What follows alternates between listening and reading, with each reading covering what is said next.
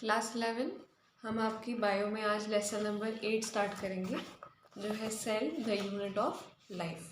Cell के बारे में हम बहुत पहले से पढ़ते आ रहे हैं, 6th क्लास से हम पढ़ने लग गए थे। तो सेल क्या होता है हमको पता है, वो बेसिक यूनिट ऑफ लाइफ होता है। तो इसको स्टार्ट करते हैं। When you look around, you see both living and non-living things। यानी जब हम आसपास देखते हैं तो हमें जीवित वस्तु और निर्जीव वस्तु, लिविंग और नॉन लिविंग दोनों दिखाई देती हैं।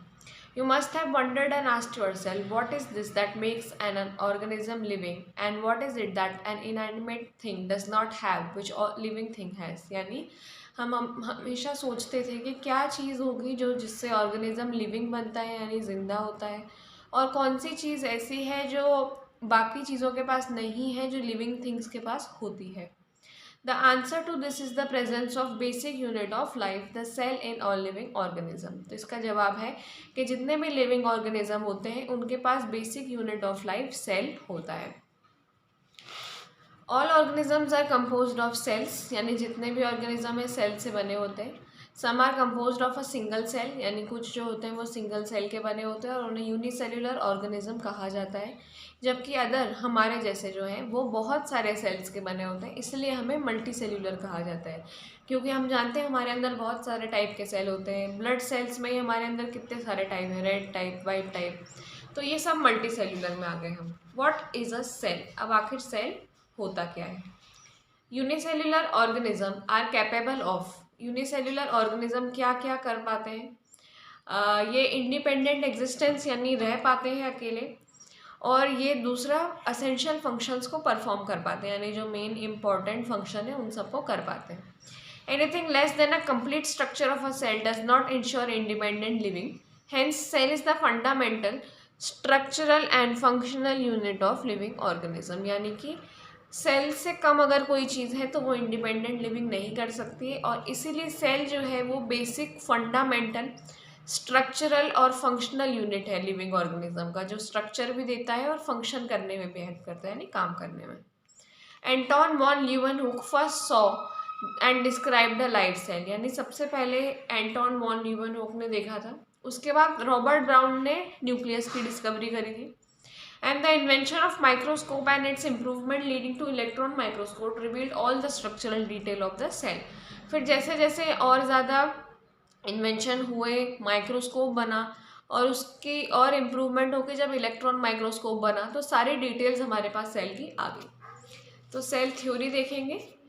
इन 1838 मैथियस क्लीडन अ जर्मन बोटानिस्ट, तो एक जर्मन बोटानिस्ट आए जिन्होंने एग्जामिन करा बहुत लार्ज नंबर में प्लांट्स को, और ऑब्जर्व करा that all plants are composed of different kinds of cell, यानी कि जितने भी प्लांट्स होते हैं सब में अलग अलग टाइप के सेल्स होते हैं जिससे टिश्यू बनते हैं। और उसी टाइम पर at about the same time Theodore श्वान, एक ब्रिटिश जूलॉजिस्ट आए। बोटेनिस्ट जो प्लांट की स्टडी करता है, जूलॉजिस्ट जो एनिमल की स्टडी करता है। उसने देखा कि different types of animal cell and reported that cell has a thin outer layer which is today known as the plasma membrane. तो उसने बताया कि अलग अलग टाइप के एनिमल सेल्स होते हैं और इनमें एक पतली सी मेम्ब्रेन होती है बाहर, जिसे प्लाज्मा मेम्ब्रेन कहा जाता है। He also concluded, based on his studies on plant tissue, that the presence of cell wall is a unique character to the plant cell। यानी उन्होंने ये भी बताया प्लांट सेल को पढ़ के कि सेल वॉल प्रेजेंट होता है। किस में प्रेजेंट होता है? प्लांट सेल में सेल वॉल प्रेजेंट होता है, जो कि और किसी में नहीं होता है, सिर्फ प्लांट सेल में होता है, इसलिए ये एक यूनिक कैरेक्टर है। On the basis of this, इसके बेसिस पर क्या हुआ, श्वान ने क्या बताया, एक हाइपोथेसिस बनाई उन्होंने कि bodies of animal and plants are composed of cell and products of cell. उन्होंने बताया कि जितने भी प्लांट्स हैं और एनिमल्स हैं वो सब सेल और उनसे जुड़ी हुई चीज़ों से बने होते हैं। स्क्लीडन और स्वॉन ने टुगेदर एक फॉर्मुलेट करके बनाई सेल थ्योरी। इस थ्योरी ने ये तो एक्सप्लेन नहीं कर पाया कि नए सेल्स कैसे बनते हैं, जो आगे चल के रुडोल्फ विर्चो ने बताया। रुडोल्फ विर्चो ने फर्स्ट टाइम एक्सप्लेन करा कि सेल्स डिवाइड करते हैं और इस तरीके से नए सेल का फॉर्मेशन प्री एग्जिस्टिंग सेल, यानी जो ऑलरेडी प्रेजेंट सेल है उसी के डिवीजन से नए सेल बनते हैं। इसको उस टाइम कहा गया था omnis cellula e cellula. He modified the hypothesis of Schleiden and Schwann to give cell theory a final shape, और उसने उस टाइम की सेल थ्योरी को एक फाइनल शेप देकर हमारे सामने प्रेजेंट करा, जिसको हम आज 2 पॉइंट्स में समझते हैं। पहला कि जितने भी लिविंग ऑर्गेनिज्म हैं सब सेल से बने हैं और उनके प्रोडक्ट से बने हैं, और दूसरा सेल जो है वो प्री एग्जिस्टिंग सेल से आते हैं, यानी जो पहले से प्रेजेंट सेल हैं उससे ही आते हैं। तो एक ओवरव्यू देखते हैं कि सेल है क्या।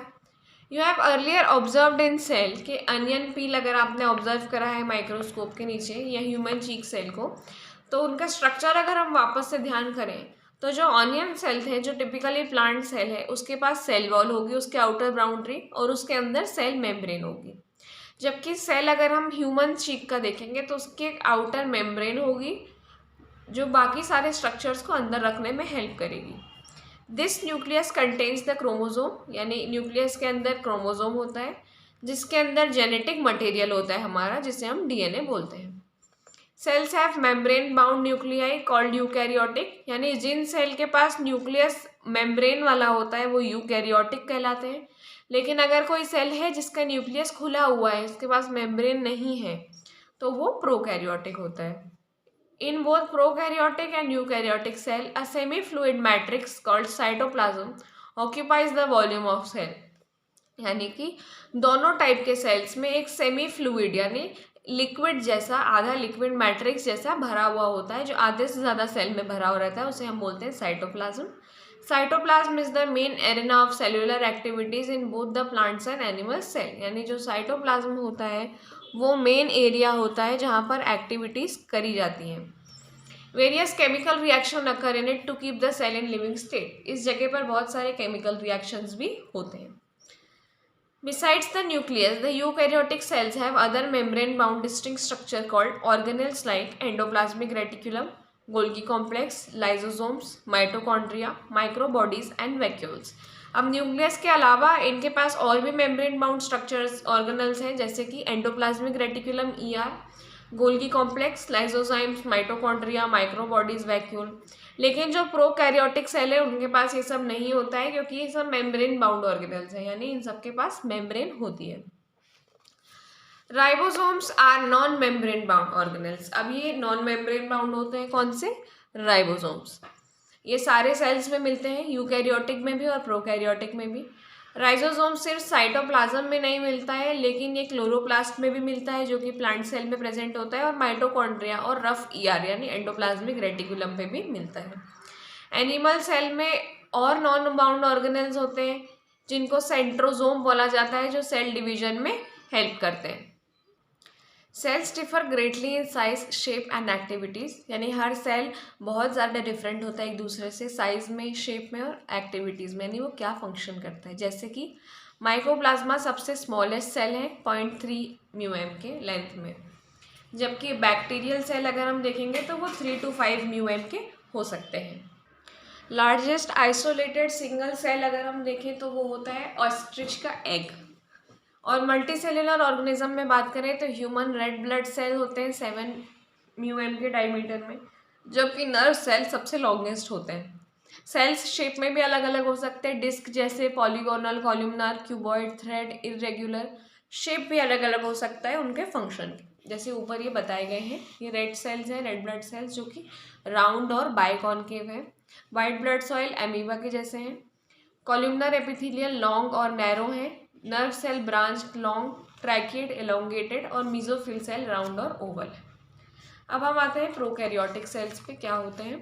Prokaryotic cells are represented by bacteria, blue green algae, mycoplasma and PPLO, pleuro pneumonia like organism. ठीक है, तो इन सब में क्या आता है? Bacteria, blue green algae, mycoplasma और PPLO। ये जनरली स्मॉल होते हैं, जल्दी से मल्टीप्लाई करते हैं, और ये शेप और साइज में अलग होते हैं। 4 बेसिक शेप्स होते हैं बैक्टीरिया के, जो हैं बैसिलस रॉड जैसा, कोकस स्पेरिकल या कॉमा, विब्रियो कॉमा शेप, और spirillum spiral. The organisation of prokaryotic cell is fundamentally similar even though prokaryotes exhibit a wide variety of shape and function. इनका organisation almost same होता है, जबकि इनके functions और इसमें बहुत वेराइटी प्रेजेंट होती है। All prokaryotes have cell wall surrounding the cell membrane except in mycoplasma, यानी इन सबके पास में सेल वॉल प्रेजेंट होती है माइकोप्लाज्मा को छोड़ के। फ्लूइड मैट्रिक्स को हमने देखा, साइटोप्लाज्म बोला जाता है। इनका कोई वेल डिफाइंड न्यूक्लियस नहीं होता है क्योंकि ये प्रोकैरियोटिक सेल्स हैं। जेनेटिक मटेरियल बेसिकली नेकेड होता है, यानी उसके ऊपर कोई कवरिंग नहीं होती है, not enveloped by nuclear membrane. In addition to the genomic DNA, many bacteria have small circular DNA, यानी उस डीएनए के साथ साथ इनमें छोटे छोटे डीएनए प्रेजेंट होते हैं। इन स्मॉल डीएनए को बोला जाता है प्लाज्मिड। प्लाज्मिड के पास कुछ यूनिक कैरेक्टर्स होते हैं जो इनको फिजिकली रिप्रेजेंट करते हैं, जैसे कि bacteria. One such character is resistance to antibiotic, यानी कि इनको एंटीबायोटिक्स जो हम खाते हैं दवाई बैक्टीरिया मारने के लिए, उससे बचाता है। In higher classes, you will learn that this plasmid DNA is used to monitor bacterial transformation with foreign DNA. ये आप आगे 12th में पढ़ेंगे कि क्या होता है। Nuclear membrane is found in eukaryotes, यानी न्यूक्लियर मेम्ब्रेन जो है वो यूकैरियोट्स में मिलती है, यानी कि जिनके पास मेम्ब्रेन प्रेजेंट होगी। कोई organelles like the ones in eukaryote are found in prokaryotic cell except for ribosome, यानी प्रोकैरियोटिक और यूकैरियोटिक के सारे ऑर्गेनेल्स अलग होते हैं सिवाय एक के, राइबोसोम, जो दोनों में प्रेजेंट होता है। प्रोकैरियोट्स के पास कुछ यूनिक चीज़ें होती हैं जिससे इंक्लूजन्स बनते हैं। Specialised differentiated form of cell membrane, जिन्हें हम मीजोसोम बोलते हैं, ये भी इनका कैरेक्टरिस्टिक है। ये सेल मेम्ब्रेन की इल फोल्डिंग्स होती हैं, यानी इस तरीके से इनकी सेल मेम्ब्रेन में वो पड़ जाती है, इन फोल्डिंग्स। सेल एनवेलप और उसके मॉडिफिकेशंस क्या हैं? Most prokaryotic cells, particularly the bacterial cell, have chemically complex cell envelope, यानी इनका सेल एनवेलप कॉम्प्लेक्स होता है। सेल एनवेलप में टाइटली बाउंड 3 लेयर स्ट्रक्चर होता है, 3 लेयर होती है इसके सेल एनवेलप में। सबसे बाहर की होती है ग्लाइकोकैलिक्स, जिसके बाद सेल वॉल आती है और उसके बाद प्लाज्मा मेम्ब्रेन आती है। Although each layer of envelope perform distinct function, यानी हर लेयर का एक अलग फंक्शन होता है, लेकिन साथ में उनका एक फंक्शन होता है प्रोटेक्शन देने का, प्रोटेक्टिव यूनिट का। बैक्टीरियल सेल को हम 2 ग्रुप्स में क्लासीफाई कर सकते हैं। किस बेसिस पे हम करते हैं? एक तो उनके पास सेल एनवेलप में क्या डिफरेंस है, और दूसरा जब हम लेबोरेटरी में उनको स्टेन करते हैं, यानी उनमें कलर डालते हैं, तो क्या वो कलरफुल हो जाते हैं या वो कलरलेस ही रहते हैं। अगर वो कलरफुल हो जाते हैं तो वो ग्राम पॉजिटिव होते हैं, जो नहीं होते हैं वो ग्राम नेगेटिव होते हैं। ग्लाइकोकैलिक्स का कंपोजिशन अलग अलग होता है, जो सबसे फर्स्ट लेयर हमने पढ़ी थी। उसका थिकनेस भी अलग होती है, कुछ मोटी रहती है बहुत, कुछ पतली रहती है, जैसे कि स्लिम लेयर होती है किसी किसी में, और किसी किसी में बहुत थिक और टफ होते हैं, जिसे हम कैप्सूल बोलते हैं। सेल वॉल बताती है कि शेप कैसा होगा और कितना स्ट्रक्चरल सपोर्ट रहेगा जिससे वो फट ना जाए। प्लाज्मा मेम्ब्रेन एक सिलेक्टिवली परमिएबल होती है, यानी कि सिलेक्टिव चीज़ों को ही वो अंदर बाहर आने देती है, सिलेक्टिवली परमिएबल। एक स्पेशल मेम्ब्रेनस स्ट्रक्चर होता है मीजोसोम, जो बनता है एक्सटेंशन ऑफ प्लाज्मा मेम्ब्रेन से। ये एक्सटेंशन वेसाइकल, ट्यूब्यूल्स और लैमेले के फॉर्म में होते हैं। ये सेल वॉल के फॉर्मेशन में हेल्प करते हैं। डीएनए रेप्लिकेशन, डिस्ट्रीब्यूशन होता है डॉटर सेल में। ये respiration, secretion process, surface area बढ़ाने में भी हेल्प करते हैं। कुछ प्रोकैरियोट्स जो होते हैं जैसे साइनोबैक्टीरिया, उनके पास कुछ और मेम्ब्रेन एक्सटेंशन होते हैं जिनको क्रोमैटोफोर्स बोला जाता है, जिनके पास पिगमेंट होते हैं, यानी कलर होता है। बैक्टीरियल सेल मोटाइल हो सकता है, नॉन मोटाइल हो सकता है, यानी चल सकता है या फिर ना चलने वाला हो सकता है। अगर मोटाइल है तो किसकी हेल्प से चलेगा? उसके पास एक पतला सा फिलामेंट एक्सटेंशन धागे जैसा होता है, जिससे हम बोलते हैं फ्लैजेला। बहुत सारे टाइप के फ्लैजेला होते हैं। बैक्टीरियल फ्लैजेला जो होता है उसके 3 पार्ट्स होते हैं, फिलामेंट, हुक और बेसल बॉडी। फिलामेंट सबसे बड़ा पोर्शन होता है जो सेल सरफेस से बाहर तक जाता है। फ्लैजेला के अलावा पिली और फिम्ब्री भी प्रेजेंट होते हैं।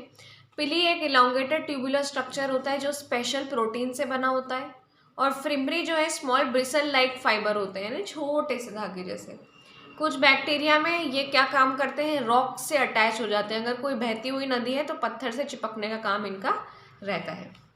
राइबोसोम्स और inclusion body. Ribosomes plasma membrane से एसोसिएटेड होते हैं। ये 15 नैनोमीटर से लेके 20 नैनोमीटर साइज के होते हैं। 2 सब यूनिट के बने होते हैं, 50S और 30S। जब ये साथ में मिलके तो 70S प्रोकैरियोट बनाते हैं। राइजोसोम साइट होती है प्रोटीन सिंथेसिस की, यानी यहाँ पर हमारा प्रोटीन जो होता है वो सिंथेसाइज होता है। बहुत सारे राइबोसोम अटैच रहते हैं यहाँ पर सिंगल mRNA से, और चेन बना लेते हैं अटैच होकर, जिनको पॉलीराइबोसोम्स या पॉलीसोम्स बोला जाता है। ये mRNA से प्रोटीन बनाने का काम करते हैं।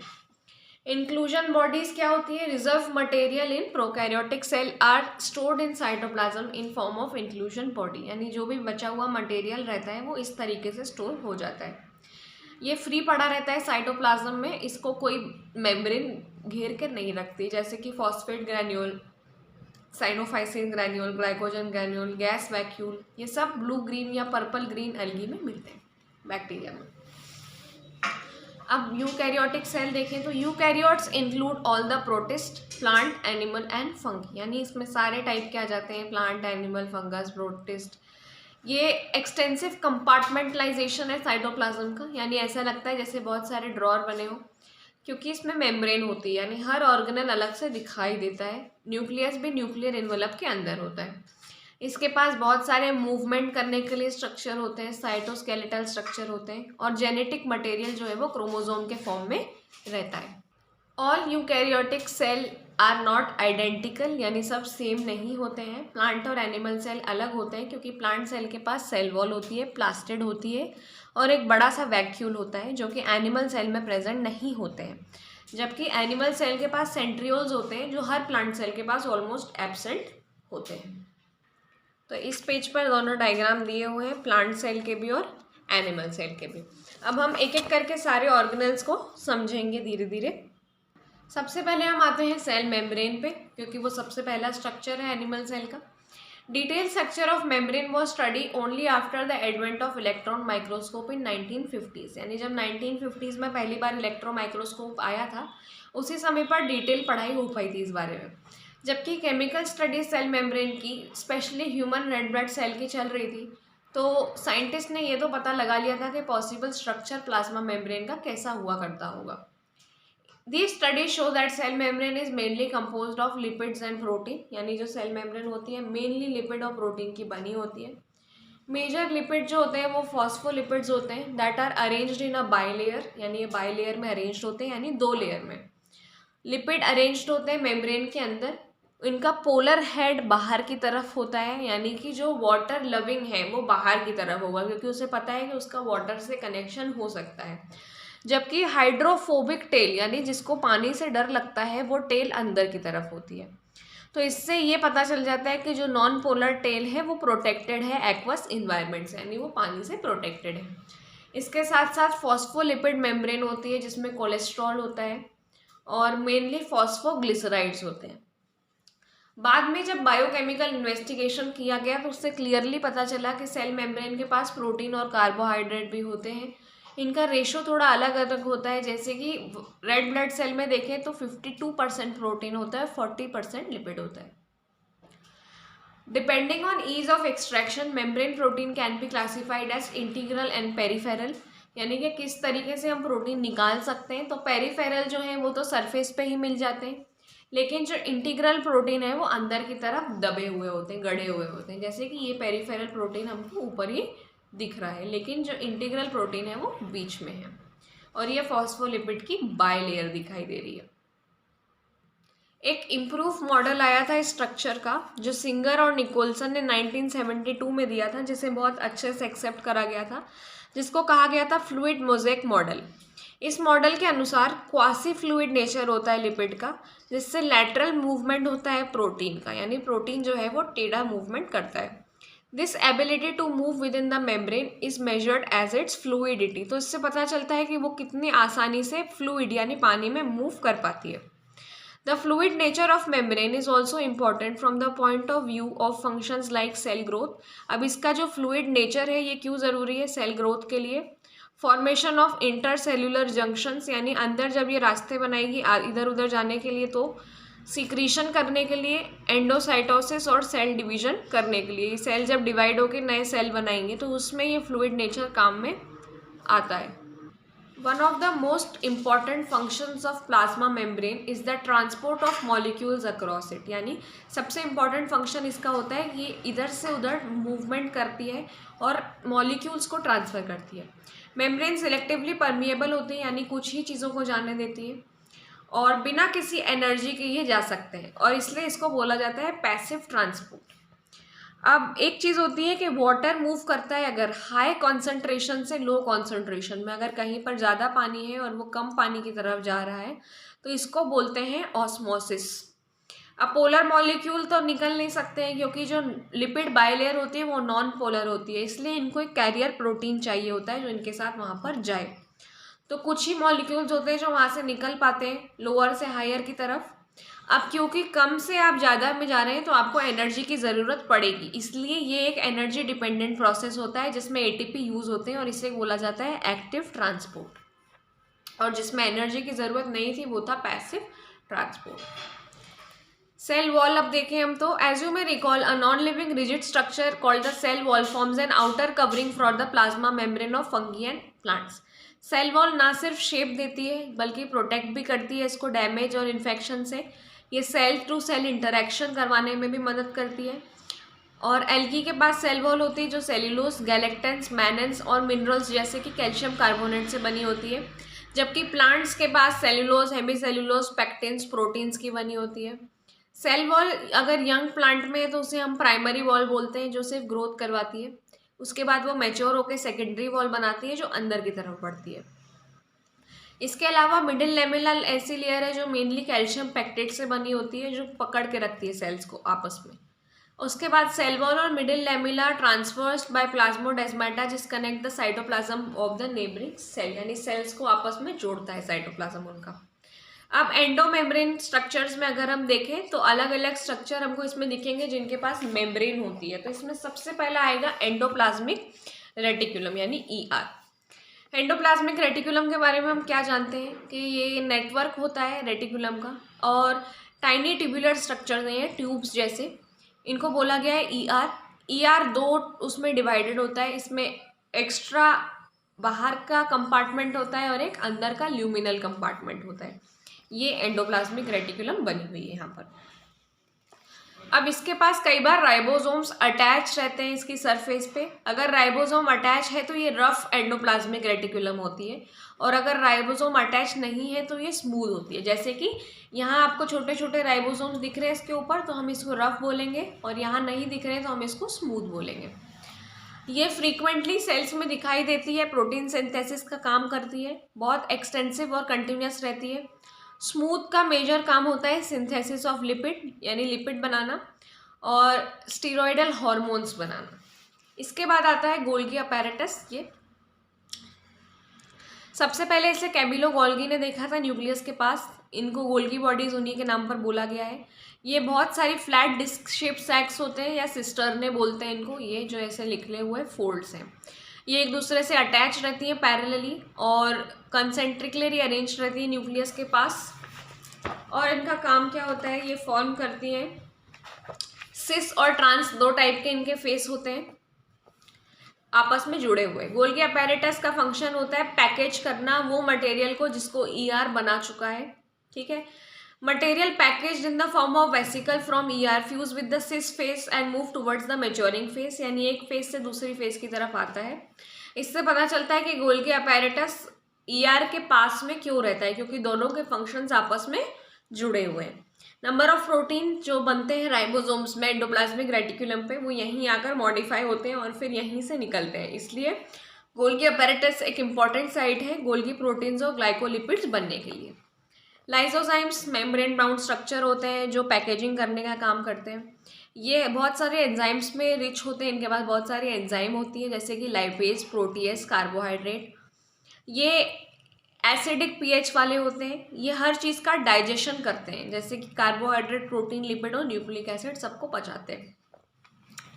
फिर आता है वैक्यूल। वैक्यूल एक मेम्ब्रेन बाउंड स्पेस है साइटोप्लाज्म में जिसमें वाटर, सैप, एक्सक्रीटरी प्रोडक्ट और दूसरे मटेरियल होते हैं जो यूज़फुल नहीं है सेल के लिए।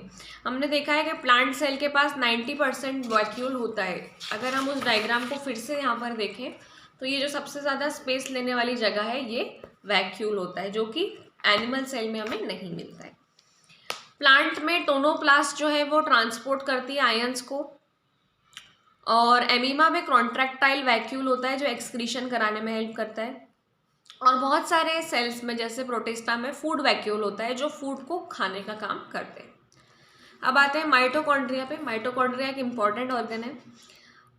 और जब तक इनको स्पेसिफिकली हम कलर नहीं करते तब तक ये इजीली दिखाई नहीं देती हैं। और नंबर ऑफ माइटोकॉन्ड्रिया अलग अलग रहता है कि सेल कितना काम करता है। मान लो अगर सेल ज़्यादा काम करता है, उसे ज़्यादा एनर्जी चाहिए, तो उस सेल में माइटोकॉन्ड्रिया ज़्यादा होंगे। इसी हिसाब से इसका शेप और साइज़ भी अलग रहता है। सॉसेज शेप का होता है टिपिकली देखें तो, या सिलेंड्रिकल होता है। इसका डायमीटर 0.2 से 1.0 म्यू एम होता है और लेंथ 1.0 से 4.1 होती है। हर माइटोकॉन्ड्रिया क्या है, एक डबल मेम्ब्रेन बाउंड स्ट्रक्चर है जिसकी आउटर मेम्ब्रेन और इनर मेम्ब्रेन होती है। और इसी तरीके से उसको दो कंपार्टमेंट में डिवाइड कर दिया जाता है, बाहर का कंपार्टमेंट और अंदर का। अंदर का कंपार्टमेंट होमोजेनस सब्सटेंस यानी मैट्रिक्स से भरा होता है, ये जो दिखाई दे रहा है यहाँ पर ये मैट्रिक्स है। और आउटर मेम्ब्रेन जो है वो बाउंड्री बनाती है। Inner membrane number of infoldings बनाती है। ये याद रखने वाली चीज़ है कि जो इनर मेम्ब्रेन है वो इनफोल्डिंग्स बनाती है। हमने गोल्गी अपैरेटस में जो पढ़ा है वो सिस्टर्ने है, ये क्रिस्टा है। ये दोनों चीज़ें आपको याद रखना है क्योंकि दोनों का स्ट्रक्चर सिमिलर लगता है। ये क्रिस्टे होते हैं, वो सिस्टर्ने होते हैं। इनका काम होता है सरफेस एरिया बढ़ाना। दोनों मेम्ब्रेन की अपनी अपनी एंजाइम्स होती हैं। माइटोकॉन्ड्रिया साइट होती हैं एरोबिक रेस्पिरेशन का, इसलिए ये एनर्जी प्रोड्यूस करती हैं एटीपी, और इसलिए इन्हें सेल का पावर हाउस भी कहा जाता है। इसके पास कुछ डीएनए मॉलिक्यूल्स, कुछ आरएनए मॉलिक्यूल्स, राइबोसोम्स होते हैं और यहाँ पर प्रोटीन का सिंथेसिस चलता रहता है। प्लास्टिड प्लांट सेल में मिलते हैं और ये आसानी से दिख जाते हैं। कुछ इनके पास पिगमेंट होता है इसलिए कलर शो करते हैं, जैसे कि हम जानते हैं प्लांट्स के पास क्लोरोप्लास्ट होता है जिससे वो हमें ग्रीन कलर के दिखाई देते हैं। ऐसे ही क्लोरोफिल क्लोरोप्लास्ट के अंदर होता है। कैरेटेनॉइड होते हैं जिससे कैरेट जैसा कलर आता है, रेड, ऑरेंज या येलो। और इसके बाद ल्यूकोप्लास्ट होते हैं जो कलरलेस होते हैं, लेकिन इनका काम होता है न्यूट्रिएंट स्टोर करना। जैसे अमाइलोप्लास्ट स्टोर कार्बोहाइड्रेट या कार्बोहाइड्रेट स्टोर करते हैं जैसे पोटैटो। एलायोप्लास्ट जो ऑयल स्टोर करते हैं, फैट स्टोर करते हैं। जबकि जो एल्यूरोप्लास्ट होते हैं वो प्रोटीन स्टोर करते हैं। ये डायग्राम में पूछा जाता है। क्लोरोप्लास्ट ग्रीन प्लांट्स में मिलता है, लेंस शेप या ओवल शेप का ये होता है, कभी कभी रिबन शेप का भी मिलता है। लेंथ भी इसकी वैरी करती रहती है। नंबर 1 पर सेल से लेकर 20 से 40 पर सेल, यानी कि हो सकता है जैसे क्लमाइडोमोनास में सिर्फ एक सेल में एक ही क्लोरोप्लास्ट होता है, जबकि मीजोफिल में एक सेल में 40 तक ये हो सकते हैं। माइटोकॉन्ड्रिया के जैसा ही स्ट्रक्चर होता है ये। इसके पास डबल मेम्ब्रेन होती है, दो बाहर और अंदर की, और अंदर वाली के अंदर जो स्पेस होता है उसे स्ट्रोमा बोला जाता है। बहुत सारे फ्लैट मेम्ब्रेनस सैक जो दिखते हैं उन्हें हम थाइलाकॉइड बोलते हैं, ये जो अरेंज्ड है यहाँ पर।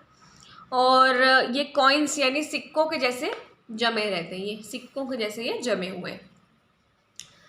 इसके अलावा इनके पास ट्यूब होती है, स्ट्रोमा, लैमेला, जो थाइलाकॉइड्स को ये जो एक दूसरे से इनको अटैच कर रही हैं।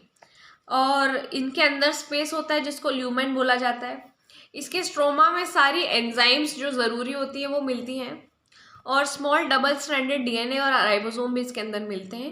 क्लोरोफिल पिगमेंट थाइलाकॉइड्स में प्रेजेंट होता है। राइबोसोम इसके स्मॉलर होता है, जो हमारे नॉर्मल राइबोसोम होते हैं उससे। अब आए हम राइबोसोम पर अगर, तो राइबोसोम ग्रैन्युलर स्ट्रक्चर होता है जो पहली बार इलेक्ट्रॉन माइक्रोस्कोप के नीचे देखा गया था, डेंस पार्टिकल के फॉर्म में, जो आरएनए से बना होता है और प्रोटीन से बना होता है, और इनके आसपास कोई मेम्ब्रेन नहीं होती है। यूकैरियोटिक राइबोसोम 80S का होता है, जबकि प्रोकैरियोटिक राइबोसोम 70S का होता है। एस जो यहाँ पर हम पढ़ रहे हैं वो स्वेडबर्ग्स यूनिट है, उसको नापने की यूनिट, और ये इनडायरेक्ट मेजर है डेंसिटी का। 70 और 80S दोनों जो है सब यूनिट से बने होते हैं। साइटोस्केलेटन क्या होता है? फिलामेंट का नेटवर्क होता है जिसको हम साइटोस्केलेटन बोलते हैं। बहुत सारे फंक्शन करता है, मैकेनिकल सपोर्ट देता है, मूव करने में हेल्प करता है, शेप मेंटेन करता है। ये यहाँ पर दिया हुआ है। सीलिया और फ्लैजेला पढ़ेंगे हम, जिसका स्ट्रक्चर हमको यहाँ पर दिखाई देगा। ये सीलिया और फ्लैजेला हेयर लाइक स्ट्रक्चर होते हैं या फिर धागे जैसे स्ट्रक्चर होते हैं देखा जाए तो। सीलिया स्मॉल स्ट्रक्चर होते हैं जो ओर्स के जैसे काम करते हैं, यानी कि फावड़ा अगर हम देखें तो मूवमेंट करने में हेल्प करते हैं सेल की और आसपास के फ्लूइड में। फ्लैजेला थोड़े लॉन्ग होते हैं और सेल मूवमेंट में हेल्प करते हैं। प्रोकैरियोटिक बैक्टीरिया के पास भी फ्लैजेला होते हैं, लेकिन ये स्ट्रक्चरली डिफरेंट होते हैं। अब इनमें क्या क्या रहता है? इनके अंदर बीच में एक्सोनिम प्रेजेंट होता है, जिसके पास बहुत सारे माइक्रोट्यूब्यूल्स होते हैं जो पैरेलल दौड़ते हैं, जैसे यहाँ पर दिया हुआ ये पैरेलल जा रहे हैं। और इसके अलावा pair of centrally located microtubules, ये बीच में लोकेटेड माइक्रोट्यूब्यूल्स दिए हुए हैं। 9+2 का इसको बोला जाता है कि ये 9+2 अरेंजमेंट है, ठीक है, और क्योंकि ये 2 हैं बीच में, और एक्सोनेमी के पास 9 पेयर हैं ये डबलेट के।